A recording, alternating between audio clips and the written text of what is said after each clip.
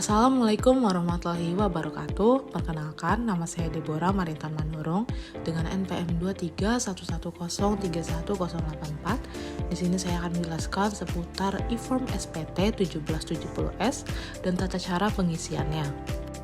Sebelumnya, apa itu SPT? Berdasarkan pasal 1 Undang-Undang Nomor 28 Tahun 2007 mengenai ketentuan umum dan tata cara perpajakan, SPT merupakan surat pemberitahuan yang digunakan untuk melaporkan perhitungan dan atau pembayaran pajak, objek pajak dan atau bukan objek pajak, dan atau harta dan kewajiban yang sesuai dengan ketentuan peraturan undang-undang perpajakan.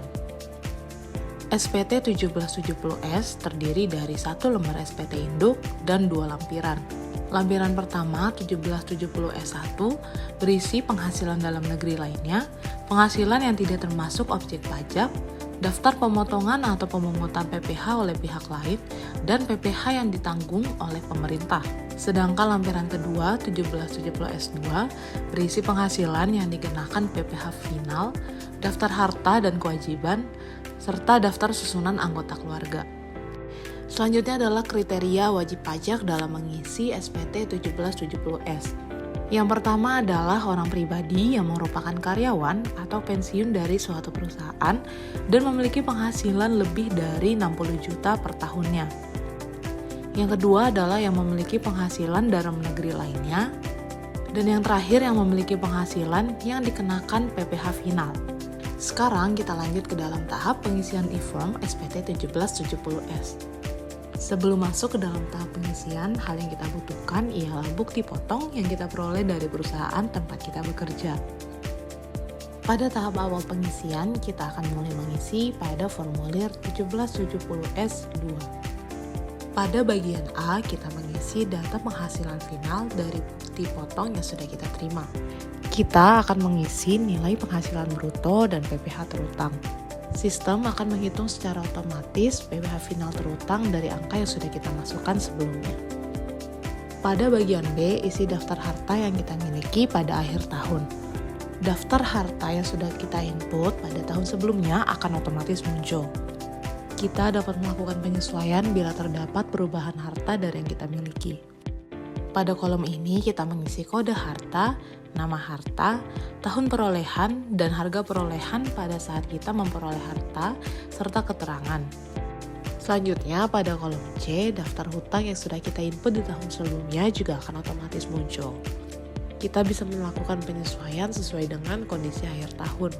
Jika terdapat tambahan, kita bisa menginput kode utang, nama pemberi pinjaman, alamat pemberi pinjaman, tahun peminjaman, serta jumlah peminjaman.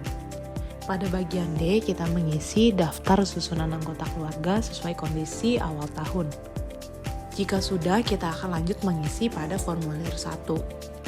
Pada bagian A, kita akan mengisi penghasilan bersih dalam negeri yang bukan final, terdiri dari bunga, royalti, sewa, penghargaan dan hadiah, keuntungan dari penjualan atau pengalihan harta, dan penghasilan lainnya. Sedangkan pada bagian B, kita akan mengisi penghasilan yang tidak termasuk objek pajak. Kita isi sesuai dengan pasal 4 ayat 3 Undang-Undang Pajak Penghasilan. Yang terakhir pada bagian C, kita mengisi daftar pemotongan atau pemungutan PPh dari bukti potong, berisian PWP pemotong, nama pemotong, nomor bukti, tanggal bukti, kode pasal yang dipotong, dan jumlah PPh yang dipotong. Langkah selanjutnya kita akan beralih kepada formulir induk. Kita akan melengkapi identitas diri kita yang berisi status kewajiban perpajakan suami atau istri dan status penghasilan tidak kena pajak. Pada poin B, isi kriteria penghasilan tidak kena pajak sesuai kondisi kita. Pada bagian C, berisi PPh terutang sesuai dengan tarif pasal 17, dan bagian D berisi PPh yang terutang, yang dipotong atau yang dipungut oleh pajak. Untuk poin E dapat diisi jika kita terdapat PPh yang kurang bayar sebelumnya.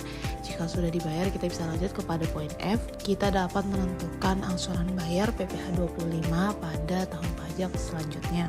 Yang terakhir pada kolom G, kita dapat memilih dokumen yang kita lampirkan. Setelah itu tidak lupa untuk mengisi tanggal pembuatan SPT dan klik selesai.